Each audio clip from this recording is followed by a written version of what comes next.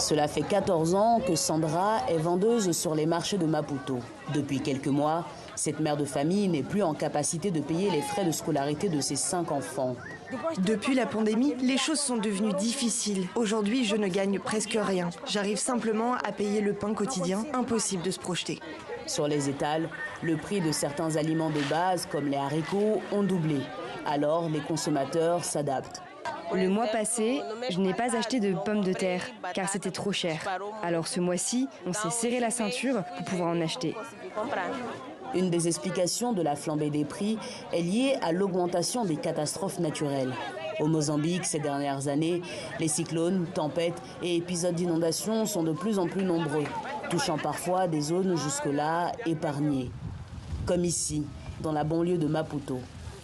Tout ce que j'avais est mort ici. Ce n'est que maintenant que j'ai semé mes plants de piment, les autres ont été emportés par la montée des eaux. Agriculteur depuis 33 ans, en cette fin de mois, Samuel peine à joindre les deux bouts. Cette année, il a dû faire face à près de 2 mois de sécheresse provoquée par le phénomène El Niño et aux inondations de la tempête Filippo. C'est de pire en pire. À l'époque, on avait une inondation par an. Désormais, on en a 3, 4. Ce qui rend les choses difficiles pour nous. Car après les inondations, on perd nos cultures. Ensuite, il faut attendre 1 mois avant de ressemer. À la fin, on n'a plus de quoi subvenir à nos besoins. Selon le gouvernement, en 2024, à cause des catastrophes climatiques, le pays a déjà perdu près de 19% de sa production agricole globale. En plus des catastrophes naturelles et de l'inflation, les Mozambicains font face à une augmentation du chômage.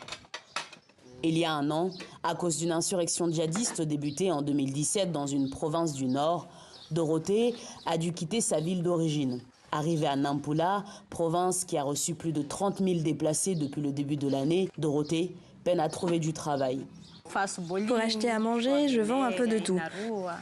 Des gâteaux et de l'eau glacée dans la rue. La jeune femme a fui avec ses 3 enfants, dont le dernier avait tout juste 3 mois à l'époque. Aujourd'hui, c'est avec nostalgie qu'elle pense à sa vie d'avant. Notre vie d'avant était peu agréable. J'étais entrepreneur, j'avais mon magasin. Mais quand j'ai fui, j'ai tout perdu. Je ne sais pas ce que sera le futur de mes enfants. Ce qui est certain, c'est qu'avec cette situation, les enfants ne vont pas avoir un meilleur avenir. Selon l'ONU, depuis février, 700 000 personnes ont été déplacées par le conflit dans le Cabo Delgado et presque autant ont perdu leurs moyens de subsistance. Les enfants, en première ligne de cette crise, représentent plus de la moitié des nouveaux déplacés.